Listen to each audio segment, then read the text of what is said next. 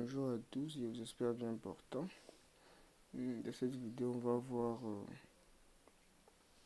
comment les plantes fabriquent leur propre nourriture grâce à la photosynthèse qui se réalise dans le feuille. Hier, j'ai tout expliqué dans la vidéo qu'hier j'ai posté sur notre chaîne YouTube et TikTok. Ce serait vraiment encourageant de regarder d'abord cette vidéo pour comprendre ce que je vais faire ici. D'ailleurs, on s'est dit que les plantes utilisent trois éléments pour fabriquer leur nourriture, notamment le dioxyde de carbone, le CO2, mais aussi les plantes utilisent quoi? Utilisent les H2O, de l'eau, mais aussi les plantes utilisent la lumière. Ce sont les trois éléments que les plantes utilisent pour fabriquer la nourriture. Le CO2 plus les H2O et la lumière. Ce sont les trois éléments que les plantes utilisent pour fabriquer leur nourriture.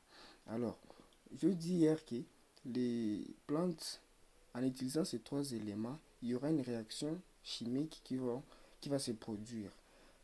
Après cette réaction chimique, il y aura les produits, ça va donner quoi? Cette nourriture qui sera les glucoses, les C6H12O6, plus les O2.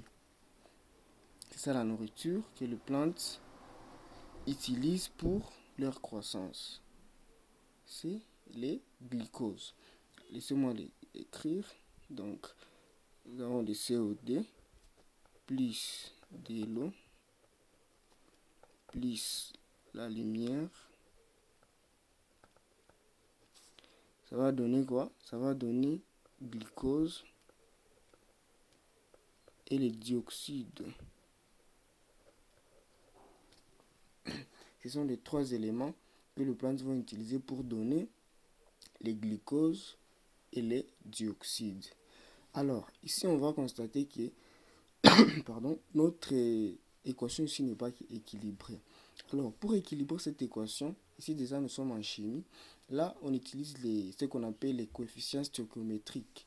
Donc ici, pour avoir, vous voyez, nous avons 6 carbones, mais ici on a qu'un carbone.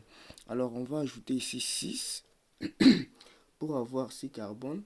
Ce qu'on ajoute, ce qu'on appelle les coefficients stoichiométriques. Ici, on va ajouter 6 pour avoir 6 carbones ici. Alors, on constate ici qu'on a 12 hydrogènes. Ici, nous avons 2. Nous en avons 2. Donc, ici, on va ajouter aussi 6 pour avoir 6 hydrogènes. Ici, nous avons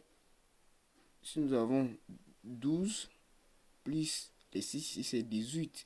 Ici, nous en avons que combien? 8. Donc, ici, on va ajouter 6. N'est-ce pas? 6, ici, nous avons combien déjà? Donc, ici, nous avons 12 plus ça, c'est 18. Alors, on faut constater ici que 6 fois 2, c'est 18, c'est 12. Plus 6, parce que 6 fois 1, c'est 6, on aura 18. Alors, notre équation ici est équilibrée. Déjà. Notre équation ici est équilibrée. Alors, je me suis décidé de faire cette vidéo. Pourquoi? Pour faire comprendre aux gens qui, lorsqu'on dit souvent de planter les arbres à la maison, au moins 3 arbres à la maison, c'est tellement nécessaire. Parce que les plantes, grâce à la photosynthèse, les plantes vont fabriquer leur propre nourriture, qui est les glucoses, mais aussi les plantes vont fabriquer quoi? Vont fabriquer les dioxydes, les OD. Les OD, c'est que nous utilisons, nous les êtres humains, pour la respiration. Sans les dioxydes de carbone, on ne peut pas respirer, on ne peut pas vivre sur la planète Terre s'il n'y a pas les O2. C'est pourquoi il est tellement recommandé de planter souvent des arbres à la maison, au moins 2 à 3 arbres à la maison, pour faciliter et pour que les O2 soient concentrés dans notre environnement. Vraiment, c'est tellement important et c'est pourquoi je me suis dit de faire cette vidéo pour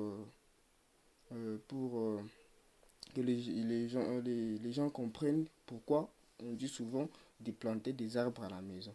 C'est tellement important de comprendre c'est quoi la photosynthèse. Vraiment, j'ai utilisé hier la formule, la définition vraiment tellement facile que tout le monde peut comprendre facilement. Et je vous prie vraiment de suivre cette vidéo. Et c'est sur notre chaîne YouTube. C'est tellement important pour comprendre c'est quoi la photosynthèse. Vraiment, c'est tellement important. C'est tellement important pour, euh, pour ne pas se demander souvent pourquoi on nous dit souvent de planter des arbres à la maison.